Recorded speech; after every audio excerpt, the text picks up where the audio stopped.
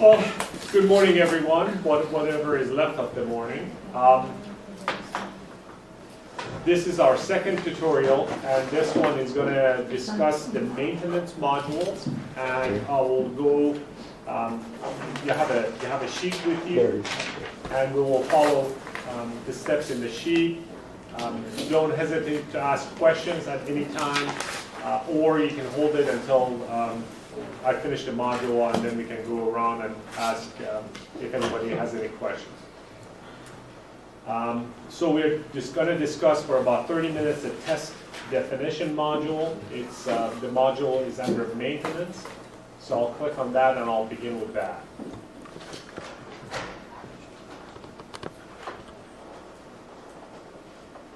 So let me see if I can do F11 for a while, so it actually fits.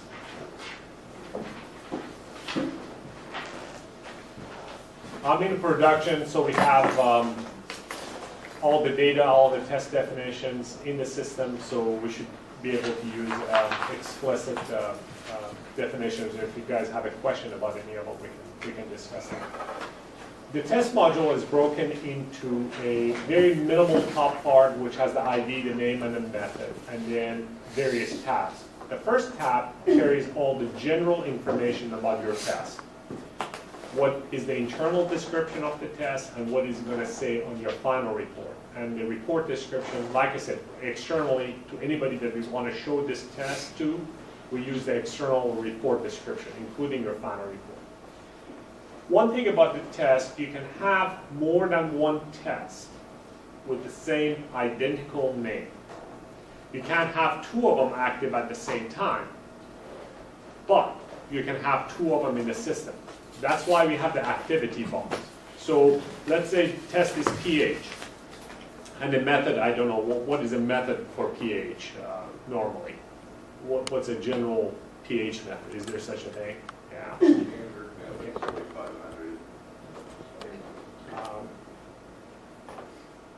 I don't even know if you have a pH. Yep, pH. Yep. So I actually can have this test with the same method in the system multiple times, but only one of them can be active at the same time. So what I can do with this is age the test over time. So I can have the same test. I don't have to rename it when I'm done with it. Let's say the instrumentation change or the method changes or what have you. We can age it out, but keep the same name. We also have turnaround statistics on each test, and these are defined by the person that designed the test and then modified over time with what you guys want to see on reports or what you guys want to do with it on our to-do list. Maximum days, average days, and warning days. The maximum days is how many days do we expect this to be completed at the worst case scenario. Average, so for example, for this one, everything is 2. It should be varied, but right now it's 2. So maximum worst case scenario, if the sample from collection shows up to our laboratory and we're doing analyses on it, worst case scenario, 2 days we should be done with this. Average days is 2 days. That's what we expect to perform this test in. And we're going to write a program or a report that will send you emails that it says past the warning days that you need to pay attention. There's a test in the system. You said you're going to be completed with it in 2 days, but you did not complete it. And it uses these statistics to send those emails to you. So it's an automated system of keeping you abreast. We also use the average days to compute when we draw the lines on your to-do list, and I'll get to to-do list and also get on your turnaround performance with the various tests. So it uses average turnaround. Tests can have additional labels. We'll discuss this in a bit later. Clinical uses this quite a bit. Environmental might want to use this. So for example, when they get samples in clinical, depending on a test, they might want to put it on 6 Petri dish. So they can specify what format label they want to use and how many they want. And they can wand in the test and the sample and it will automatically print so many labels for them. So this is very test specific. You can have the test name on it, you can have whatever you want. As we define the number of labels that you need for this test, if you aliquot for this test or what have you, you can say I want 2 labels and I want it to be in this format. But like I said, the clinical uses this quite a bit, but environmental does not. We can also have tests that can be performed in more than one section. So this one, an organic manual ankeny, and the lakeside can perform this test. And match user location, depending who's logged in when they're assigning the test, automatically will assign it to that section. So if you're in ankeny and you go in your preferences, I'm in ankeny, and you start logging in tests that day, and the test says match user location, automatically says the test should be performed in ankeny. You can change it and override it, but by default it allows you to do that. Tests can be reportable or not.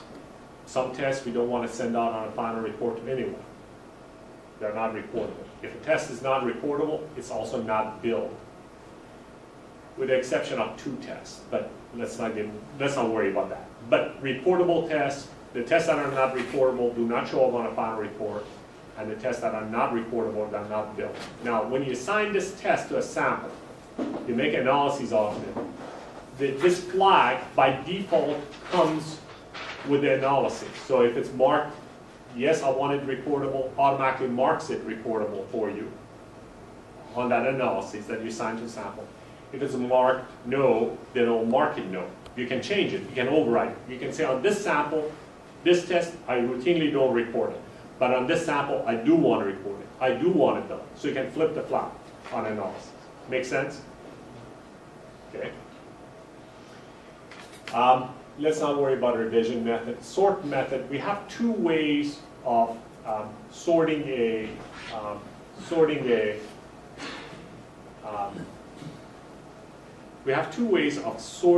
the analyses on final report.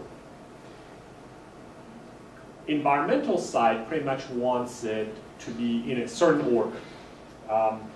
And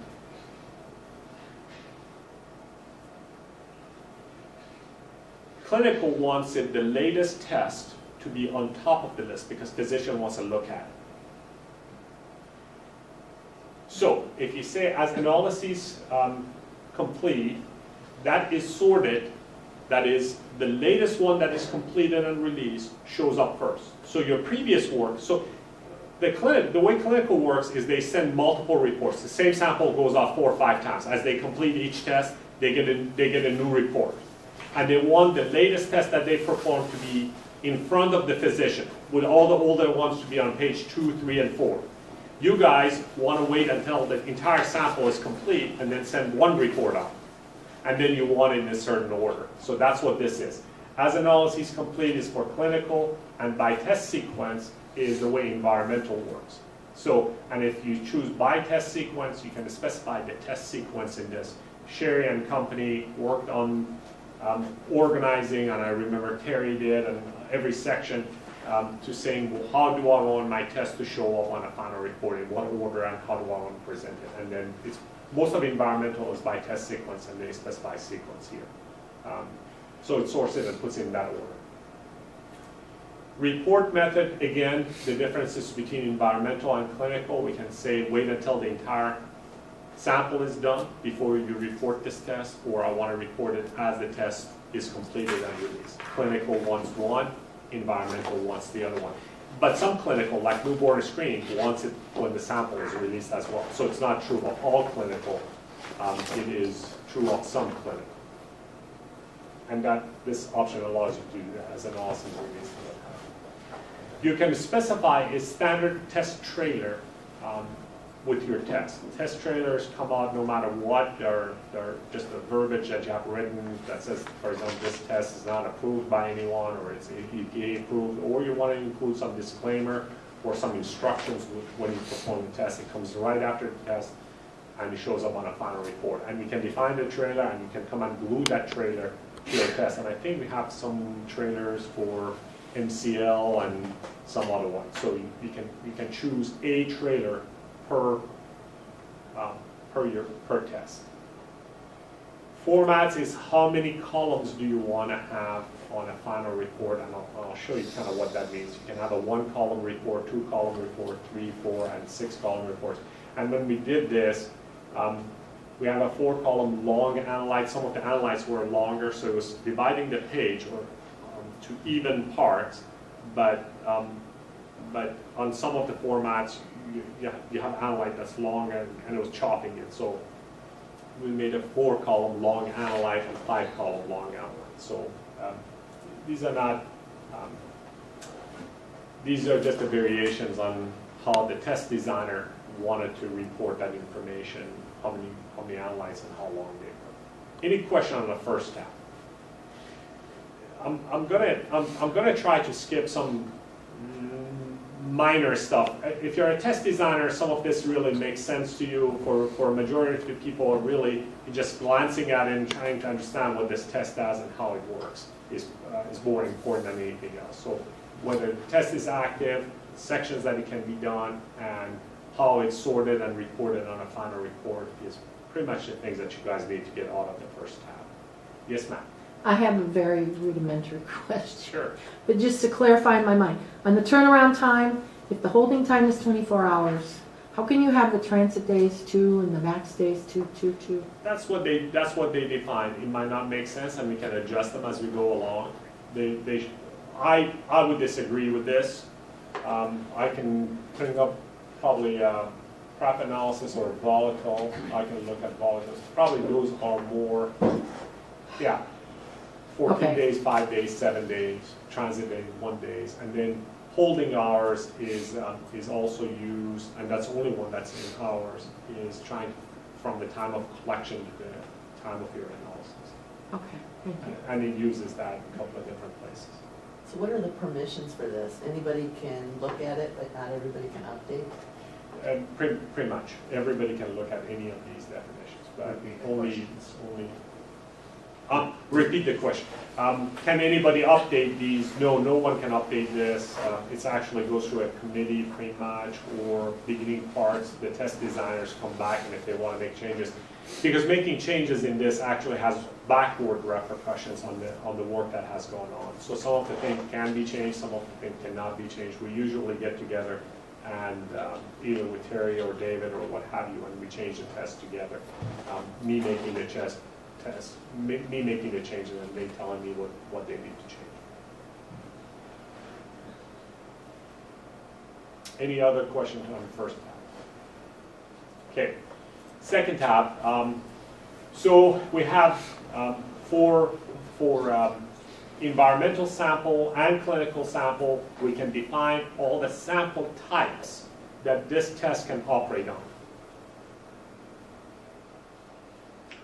on. If it's not a sample type that it can operate on, you will have a hard time assigning this test to a sample. So if it's a drinking water sample, and you try to assign a non-drinking water test to it, it won't even come up in a drop-down. Now, there are ways you can do it, but it goes in error. So for practical purposes, if it's not the right type, it won't let you assign that test to that sample. So you specify all the sample types that this test can operate on here, and you can specify optional unit that sample type is described in. So non-drinking water UG per L, and a PT sample type is UG per L PT, and I'll describe this as well when we go to the next one. Any question on this sample type tab? Unit of measure is not required, so you can leave the unit of measure empty. As a matter of fact, that makes sense for clinical sample as well as some other samples. Do we have a list of sample types for people? Because I know some people got confused when they saw the word surface. They thought it meant surface water as opposed to an actual physical surface. We do. We keep track of, pretty much a lot of our things are what I would call dictionary driven. We have one called type of samples.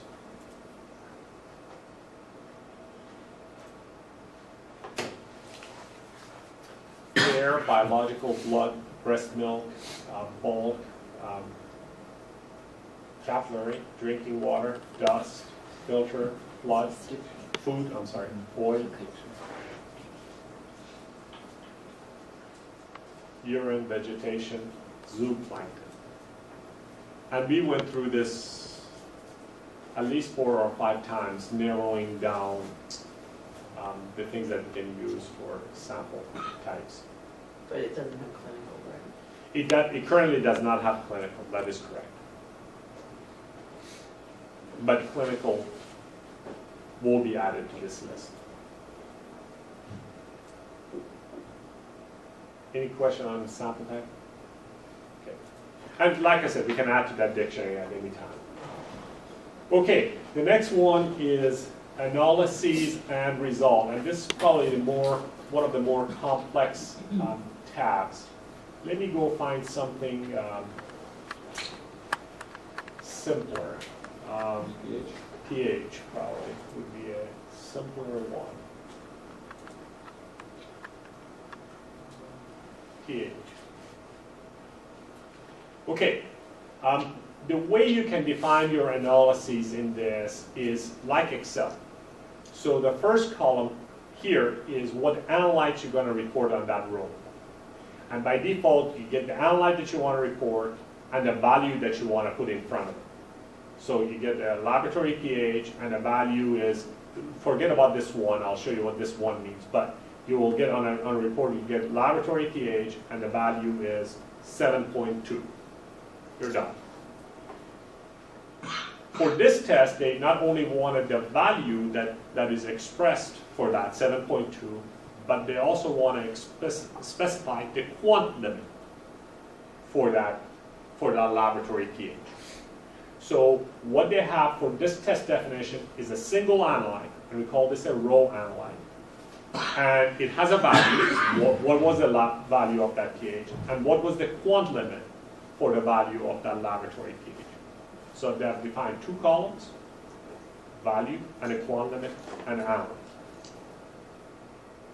Before, we couldn't do this. In old ELIS, we could not do this. We had to actually design a different report format altogether and program them. In this one, you can define as many rows as you want that goes on a row analyte, like laboratory pH, water clarity, whatever you want, and then define all the columns that you want to collect for that. So you get the value by default, and then you can say, I want the quant limit, I want the error level, I want the danger level, I want the shoe size. You can add it as many columns as you want going across. That's how it tied to the number of columns you wanted on the report. We looked at 3-column report, 4-column report, 5-column report. Those are these columns. Because it doesn't know how many columns you want to design or how many columns. Additionally, you can have columns in this and rows that you don't want it to appear on the final report. So for example, let's say can someone call a good example of anything besides quant limit on a pH? Another column here that you want to capture as part of your work, but you don't want to report it on a final report at all. Well, colored MPN, we capture number of wells, but we don't report that. So look under C. This is the PA. MPN. I guess did one. Coliform, Colibert.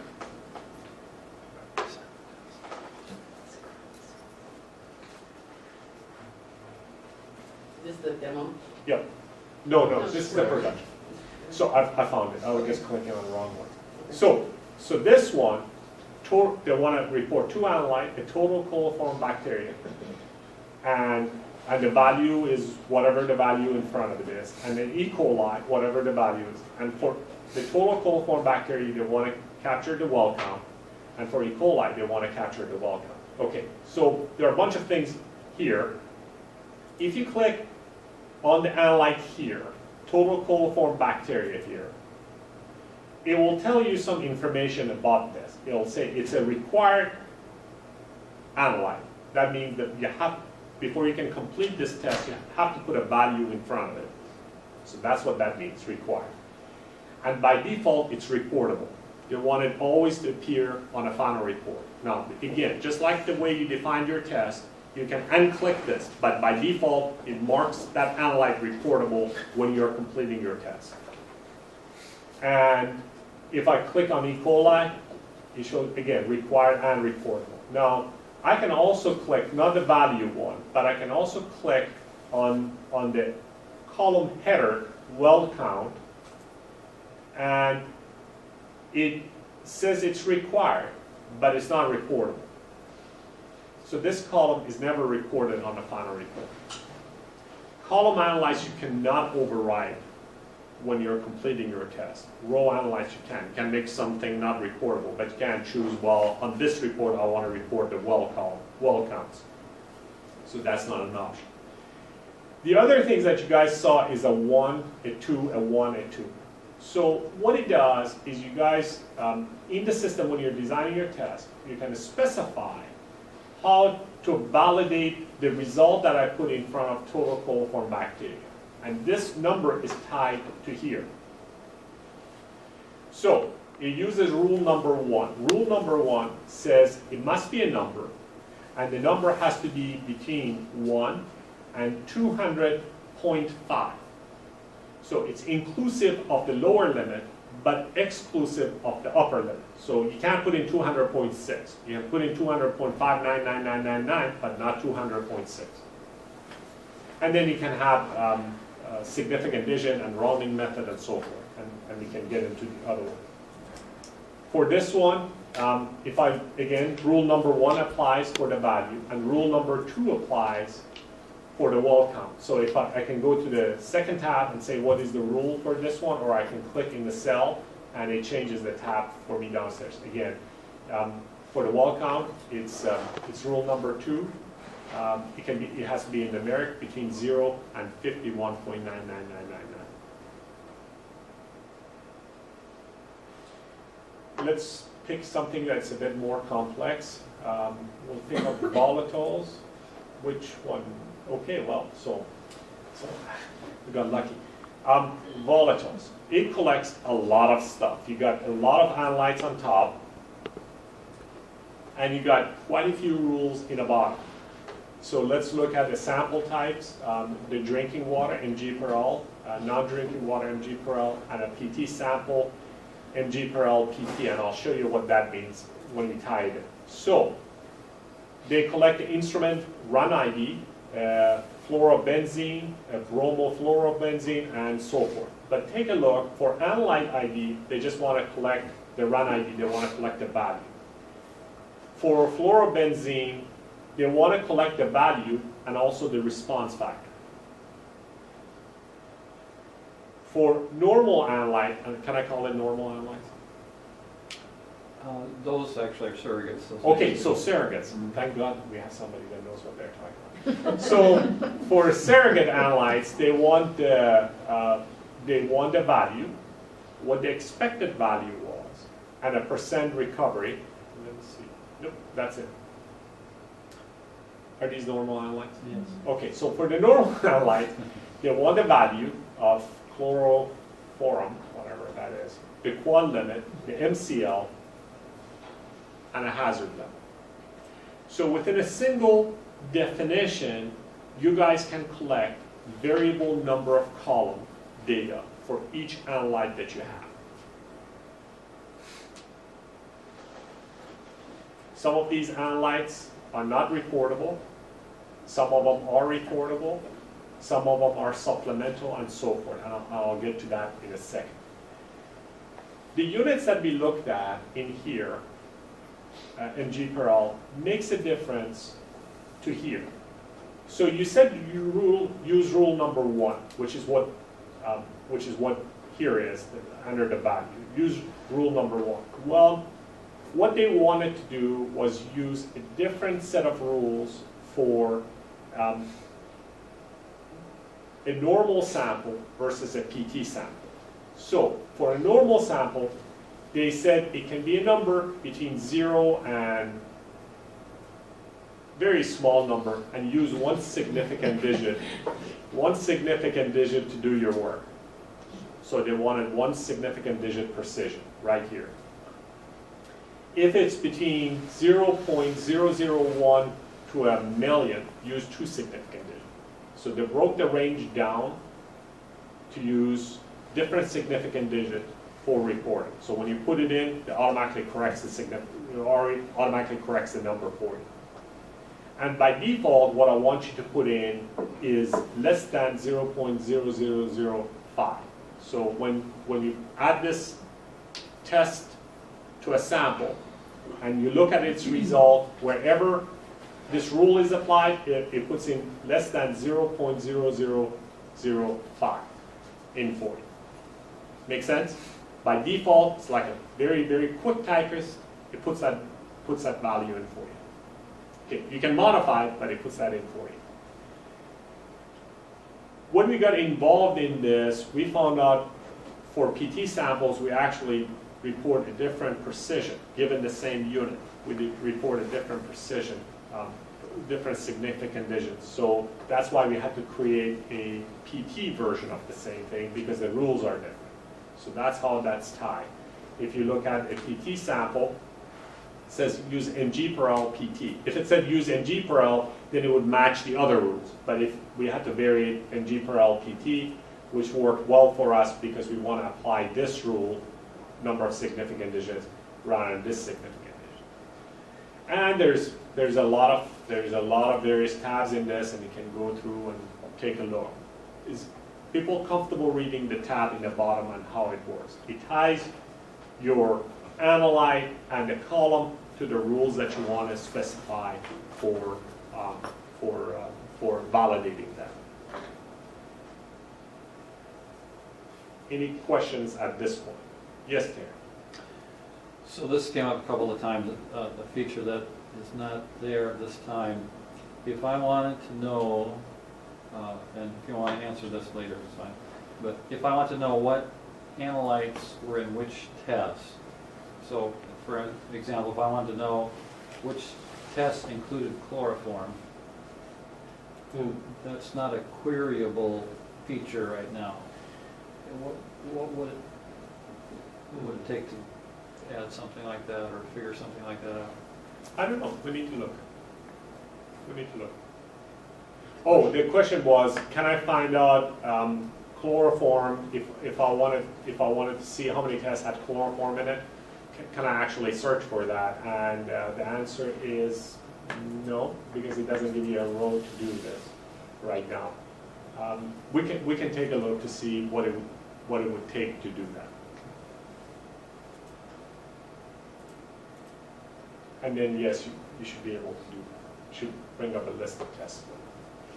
Any questions at this level? The only other thing I wanted to talk about is for each analyte that you guys add,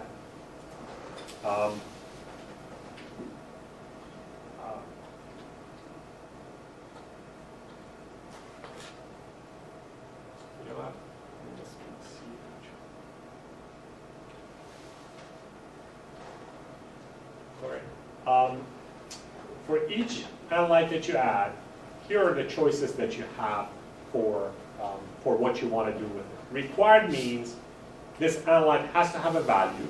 So if you're trying to complete a test and it's complaining it doesn't have a value or what have you, or it doesn't go to complete it, if you pull up the test definition and it says it's required, that analyte needs to have a value.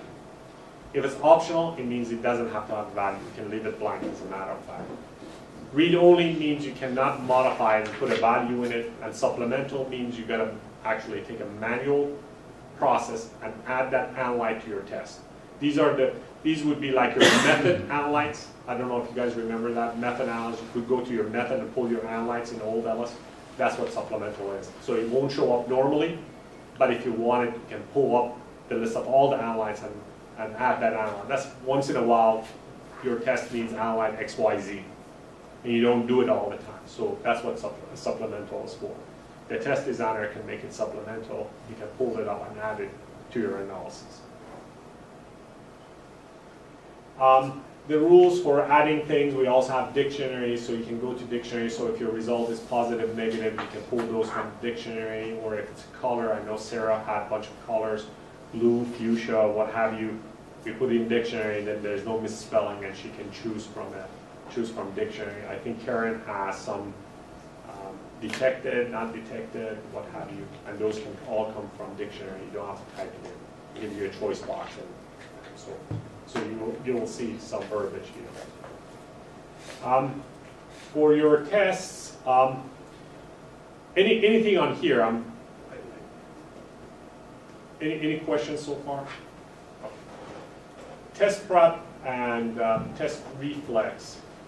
You can automatically, and this question came up from Ankeny as well with Steve. What we can do is make a test required or optional for this test. It's called a prep test. So to do this test, you need to do another test. And you can define a prep test. When you define your test, you can define a prep test here. You can say, I want to test this test with this method, and I want it to be optional. So if it's optional, when you add your primary test to the system, it pops up and asks you, hey, do you want to add this prep test? If it's not optional, it'll pop up and you have to say okay, but it will do it for you. So you can't choose not to do it. So it'll do it for you. And you can have more than one prep test that satisfies this test. So you bring up a list for you, and you can say, I don't want A, I want B, for example. You have that option. Also, it has reflex capability, which is often happens in clinical. There are some use for it, even in environmental. When your result is in certain thresholds, you want it to automatically reflex another test for you, automatically add another test for you. Not all the time, but only if it's positive, or only if it's between 5 and 10, but not above that or below that. And you're capable of doing that. You just specify your test.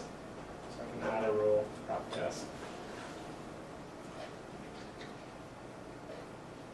So I can add the dig test, and I can, right now it's required, or I can say option. And if I want to, if I want to add a reflex test, I actually have to go, this test, add. Yep. I'm actually not going to commit this, but I can say update, I can say add a row. I can do we can cheat and do the same dig test. I can say when the analyte is chloroform, and the result is, and it gives me the result values that I defined in the previous tab. So I can say when it's between, well, I can pick the lowest range. I can say when it's here, and I can say, ask the person that's completing this volatile test whether they want to add the test. So that's prompt. And I can say automatically add it, don't ask any question, automatically adds the test. Automatically add it, but if the dig test is somewhere within that sample, don't duplicate it. So one dig test would be good enough. And prompt them if and only if there is no dig test on this sample. The capabilities, the reason I'm explaining the capabilities is I think long term it's going to be pretty useful to you guys knowing what a test can do for you, because some of the processes right now is manual. If you guys know that you can automatically add a test for you, a prep test or a reflex test, I think it's going to be useful to you guys. Let me abort this, otherwise somebody will kill me. And finally, worksheet layout. So some of you guys have already experienced worksheet, electronic worksheet. For some of the stuff, it works great. For some of the stuff, you have to do it post-event. For each test designer, they can specify what layout they want in a worksheet, and then we have maybe about a dozen layout or 9 or 10 different layouts.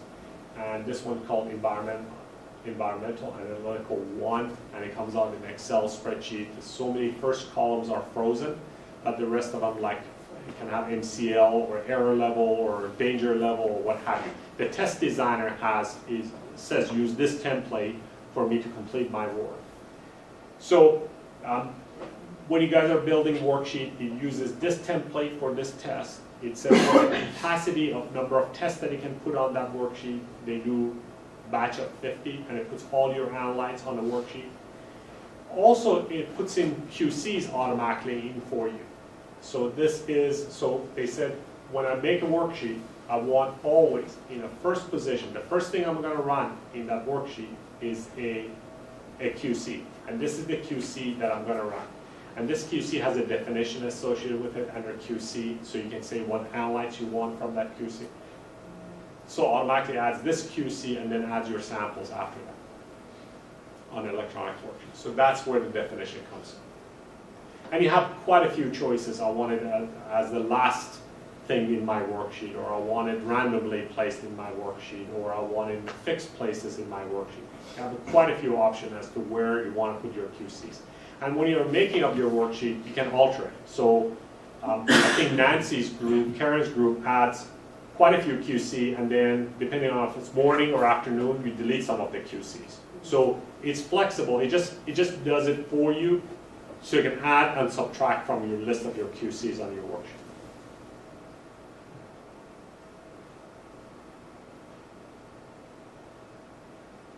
Question?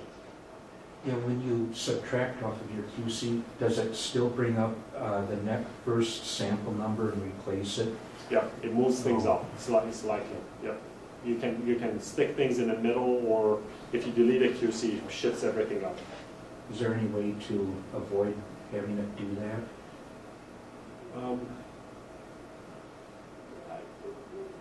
Empty.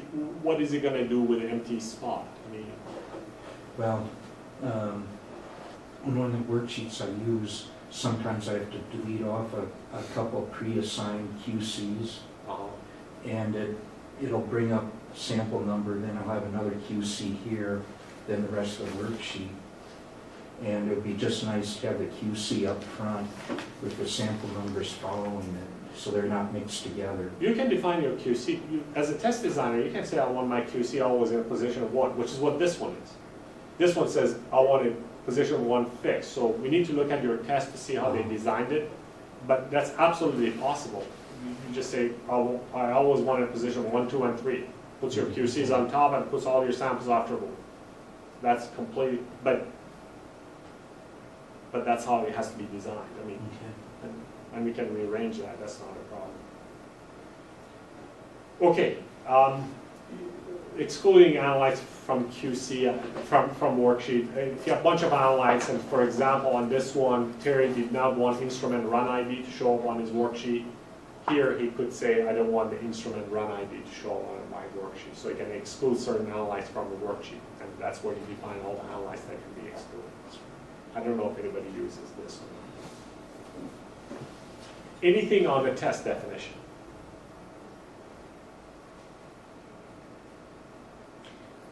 I have a question, but I'm still so, that I don't even know how to ask it.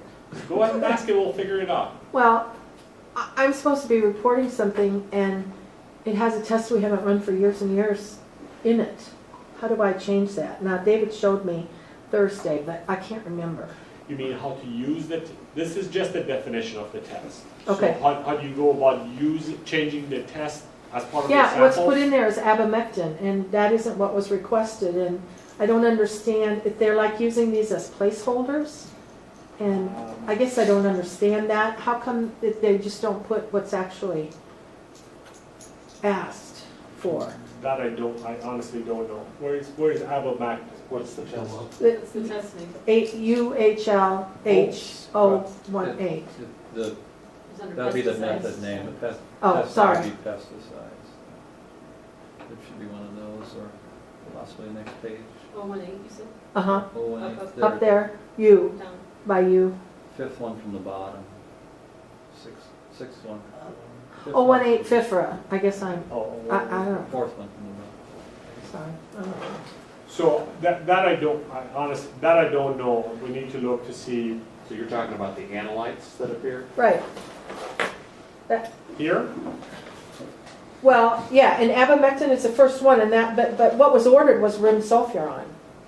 So so, why does it say abamectin when I go to so what complete it? So what David did was, this one has a lot of analytes, and you guys do maybe 1 or 2 analytes of this on a test on average. So rather than prompting you for 90 or so analyte, he made all the analytes except the first one supplemental. So they don't show up by default. Otherwise, Okay. you would have to deal with 100 analytes. Okay, So what you can do is pull it up and add the analyte that they do want to report, and then subtract the one that you don't want to report. The test definition has to have at least one analyte that's reportable. okay, and I do that in what field up there? If this is just a test definition, I'll be happy to show you how to Okay. do that when you're trying to complete and release the test or resolve the test. But this has a specific prep test and a specific, I think, and a specific analytical test. So I don't understand why it's going to UHL 018 when actually it's 23, I believe. This one, 23 here, Yeah, that I don't know. We need to look at the sample and take a look to see why they added the test that they added. okay, One thing about your test, and really it makes life a lot easier, one of the capabilities we put in the system is, we call it flipping a test kindly. And what it does is, as long as your test name is the same, so that's why everything looks like pesticide here with multiple methods.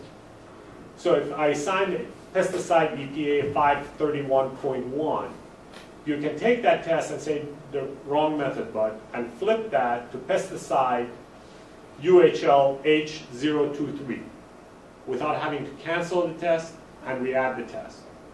And it'll delete all the analytes that were under this test, and it adds all the analytes that were under this test. You don't have to cancel the test and add a new test. We call this flipping a test. okay, So tests that are in kind can flip a pesticide to a herbicide, but you can flip any pesticide that has the word pesticides in it all the way, regardless of the method. so even if they're run on different instruments? That's why we made it. So pesticide that is run on instrument A might be different than pesticide that's run on because the method is different, potentially.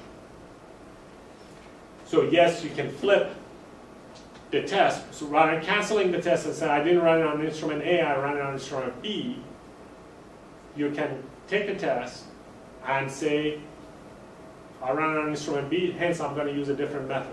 You don't have to cancel it, you don't have to add a new test. You just go in and say, I want to replace this test with the same test with a different method. Okay, I see what you're saying. I don't understand, who's adding these tests? That would be sample receiving. So if it comes in and it says rimsulfuron for the DuPont orange method, why does this other method get put in there? That I don't know. Like I said, we need to look at the test to figure out why the test that was added was added. Okay, and this hasn't been the only instance. It seems to be happening with a lot of the HPLC tests, or the LCMS. Could be. Okay, okay, I'll ask you later. Thank you. Yeah, we need to ask the sample receiving, actually. Yeah, a lot of that is going to be training with sample receiving and sample accessioning. Okay, And bottle orders. You know, Right. if they're adding the wrong test consistently, then you just need to communicate that to them so that they get it right in the future. Right. They may not know they're adding the wrong Okay. test. well, yeah, I didn't figure they did, Yeah. but I didn't know who was adding it. Yeah. Because we added those up until now. Right. I mean, And sample it could be on receiving a- never added these Yeah, tests. and it could be on an order. We do about 90% of our business through orders. So it could be the order has the wrong test associated with it, and we can Okay. correct that in the future assignment of that order to those samples. Or if they are automatic orders, will reflect the right test to be added, so those all can be done correctly. Okay, And I don't think these tests are model order tests, so I'm not entirely sure they would ever be added by sample. It's really simple to find out who did what. You can always go, and this is on a history on a test, which is it's something different. But most of places we have an option, and we can take a look to see who did what. We have a history on various things, so I can pull in the history on a test, and it tells me I modified this, when I did it, who it was, when, and what was modified. You can do the same thing with your samples. Pull up the Right. sample, click on analyses, and say, show me the history on it, and I'll tell you who added the analysis. but what Carla just said, that because they weren't bottle order tests, did you say you didn't think that sample receiving added them? I don't think they do. Oh, is that true? So I don't know. Okay, I mean, we need to look at the sample. I- Again, we need to look at the sample and see, but if you have the sample number, we can pull it up and see who did what. okay, Not very difficult to figure it out. okay. We've Thank you. got 5 minutes. So the other things that we wanted to cover under maintenance, so you got your test, you got your method. We can group tests into panels. So there's a very nice convenient way, and we call it batch in OpenELIS for old timers like me. You can group a bunch of tests. So we add one test and it blows it up to 6 or 7 tests. And we have some in the system. So we have a pool panel, we have a RAD panel, and if you assign this RAD panel, that's all this test for you. Also, we have auxiliary data. This was the latest change that we made into our system. Auxiliary data are loose piece of information that can be with your sample. What was acceptance criteria, which includes what the temperature was and what have you. Just like we define your test with analytes, we can define auxiliary data that are associated with the samples. And we added the capability so you can, when you assign this RAD alpha, it not only adds a test, but also adds a auxiliary data category that then the sample receiving can complete. And this one is environmental acceptance. So grouping a bunch of tests in a larger lump, so you can add the lump and it adds all your tests for you. That's what the panel is. Okay. Standard node and test trailers is the last item we have. So we talked about the test trailers being able to be added to your tests. Here's some test trailers we have in the system. You can define this. We can add it to the system, and then you can associate it with your tests. So this one is calibration concentration is based. So after your test on a final report, it will include this as a paragraph below your test. People can use it for interpretation, how to interpret your results, to disclaimers, to what have you, and we have quite a few of them.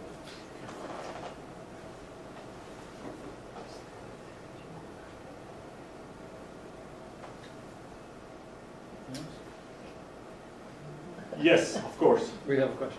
As far as querying for those trailers, is the text field not queryable? This text But the field is name- not queryable, But the name is? but or- then both name fields Or it's are. alphabetical Yeah. there?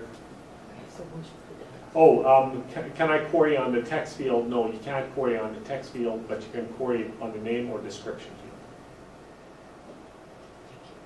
Under report, is there something that you can print out all those?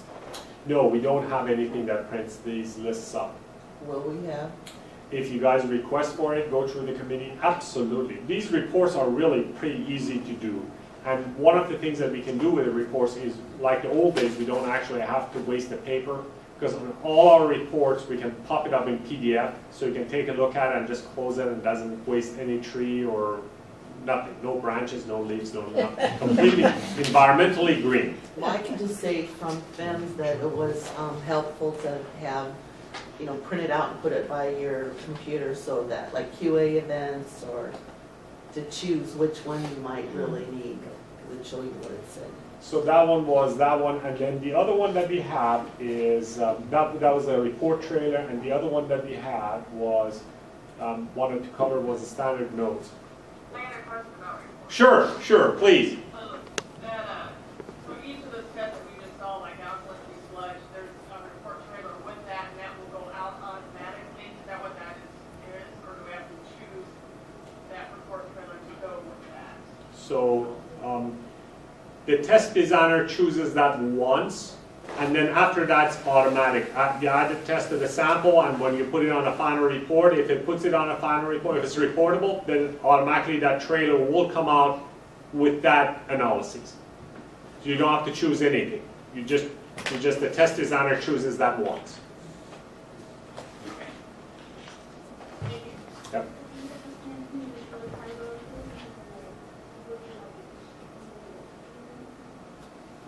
I didn't hear the question.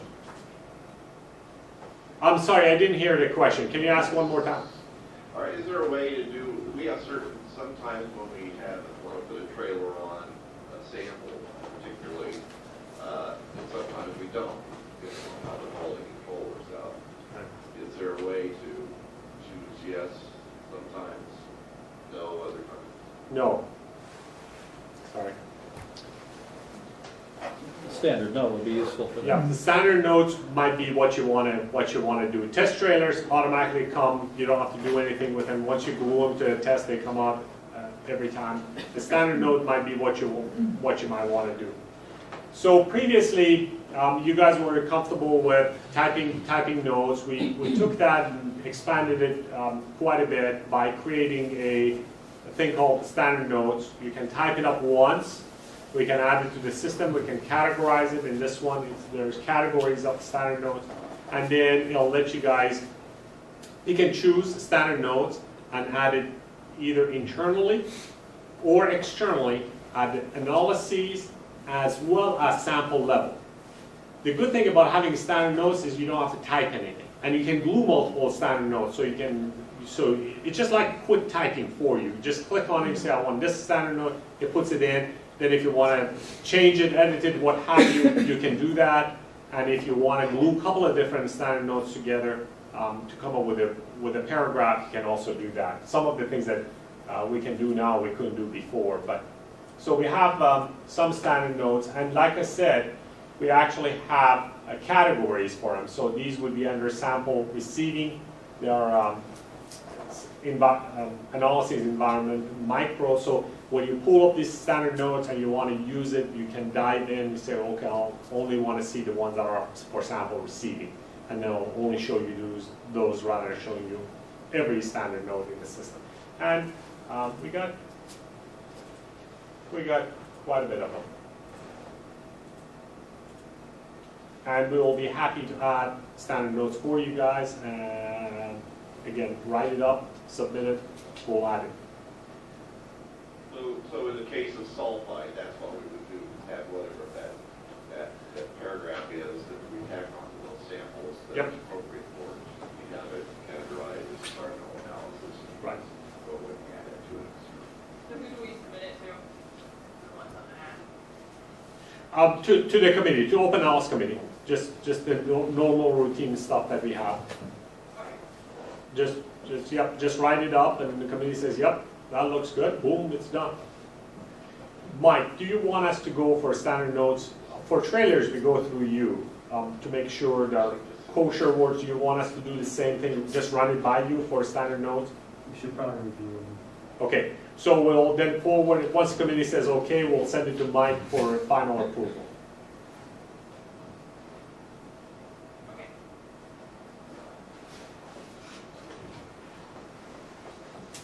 Okay, we are 1 hour, and I'm done with my list. Absolutely.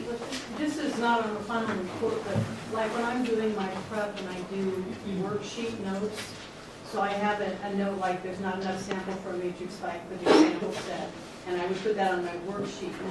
Now, is there any way for an analyst to know that I put a worksheet note in for them to check it? Not unless they open the worksheet to take a look at that. We have on sample, well, let's look at it under this. For, I don't know if I want to do complete release or for, does anybody have an accession number that has analyses on its productions? Yeah, test. That's released? That is not released. I just wanted to show, that's, the analysis is complete. Let's see what it does. Okay, so one of the things that I can take a look at, as this is complete release for when I'm looking at, a second verifier, if you will.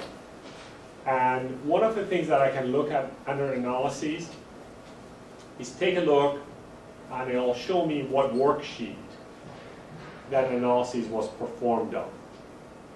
And if I want to look inside the worksheet, I can just highlight it and say select, and it pulls up the worksheet for me with everything else that was run in that, and the notes are right here. But they have to do this. Wouldn't it be easier to put it in internal comments under the, Well, but it's for the. But this isn't for the entire worksheet. oh, it's for the whole worksheet, okay. Right. And so if you have like 20 samples, it's so much easier to put it on just one Yeah. worksheet as opposed to. Now, what might be interesting and doable is when we go look this up, to see if there are any comments associated with that worksheet. Because I don't think most people put in comments, unless there's something wrong. You put a comment only when there's something, I'm assuming. You put a comment on a worksheet when something's wrong, is that reasonable? I don't know that it's wrong, it's necessarily. just, it's something that's related to the Okay. entire batch that the analyst should know. Okay, so let me rephrase that. Not wrong, but something that you want them to know. So what we could do is actually add a column here that says, or put a picture here that shows there's a note associated with that. So they know, or they get a clue that they can click on. Because otherwise they have to Yeah. do that extra check That's right. every single time. That's right. And I think that's very doable. One of the, some of the changes with the widgets, so for example, right now one of the processes is, they look at this, and they say, they're looking at the results and they wonder, oh, do I have analyses notes? And they have to click on this. It's empty. So one of the things that we are doing with the new widgets, that old widgets didn't have the capability, is we will be able to put a star on this, or color coded, or make it blink, or something like that. Not blinking, I'm kidding, but we might be able to color this. So you see there's something underneath it without you having to click on it to go check it. Yeah, that'd be good. So how would you know, it says analysis notes, but then how would you know if it's internal or external? You wouldn't know, but you would know there is some analysis Just notes. because of the tab would have something. Yeah, the tab would have something in it, or would have a different color, or what have you. That would save a lot of clicks. Yeah, that would, or sample notes, or storage, or QA events, or what have you.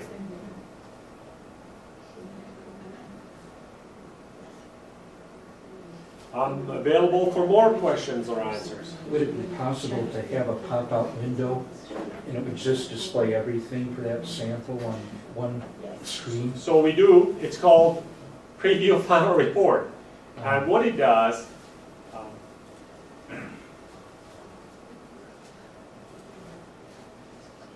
actually, if you have, you can keep it side by side, so you don't have to imagine what the report would look like. Before you release it, you can take a look at the final report in all its, with all the format, with all the descriptions, with everything else. So as you walk your analyses list, you can look at the final report in real time before you release it. How do you get two windows there? So the real estate on this one is a bit too small. You can, what you can do is you can grab this tab, drag it and throw it on the side, and now I have, Oh, because it's just like there's two tabs, just like. no, you it's- can actually, on a bigger screen, you can put them side by side, see? That's the way I review when I'm releasing samples and stuff. I'm actually looking at the final report before I click release. Yeah. So I see it. And this is, I mean, this is instant. You don't have to click on it and wait 5 seconds, it's just, you click on it, it's boom, it's there. Even the first time? Even the first time, it's almost instantaneous, yes. We have to grease the wheels, but even the first time. Can you query a group of final reports, or do you have to do it one by You one? can group, so there are, on a complete release, you can query by the test that you're ready to complete and release. So you saw, I looked for any coliform that was in a completed status and brought me this. You can group, you can search. That's the preferred way of searching. So if you're ready to release a bunch of coliforms, No, I'm doing sample disposal, so I want to look at a bunch of final reports to see what's on there. Do you know your session numbers? Yes, I know there's session numbers. Can I do a normal query like Yep. number, dot, dot, yep, number?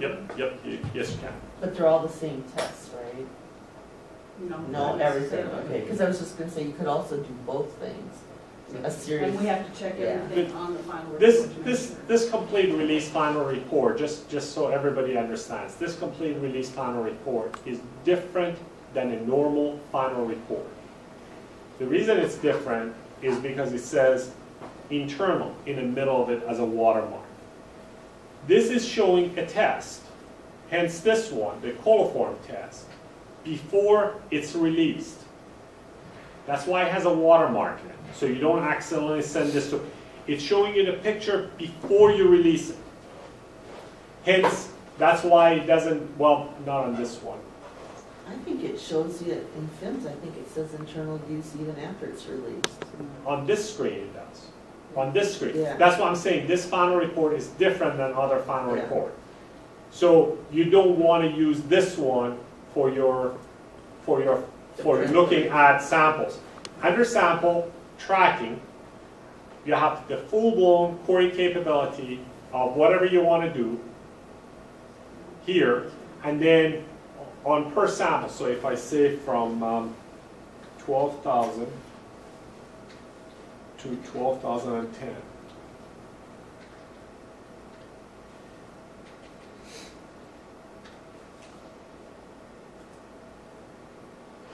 Must not have a sample 12,000.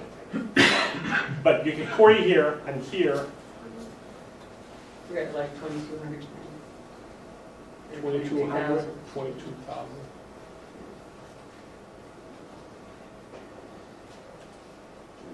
So here, also here, you can just click on this, on the one that's released, and you can say option, view final report. Now, this final report is what can go to client, hence there's no watermark on it. Everything is completed. If it wasn't released, if the test was not released, it would not show up on this. So this is the one, so if you want to look at genuine final report, this is where you want to look at it. In a complete release, it's pre-image. It's for This is you. one I look at. Yeah, yeah, yeah. But I thought when I tried to do a query with like several numbers, I wasn't able to get all of them to come up. It just came up one at a time, but I think I was in the wrong screen. when I was Yeah. doing it, so. Okay.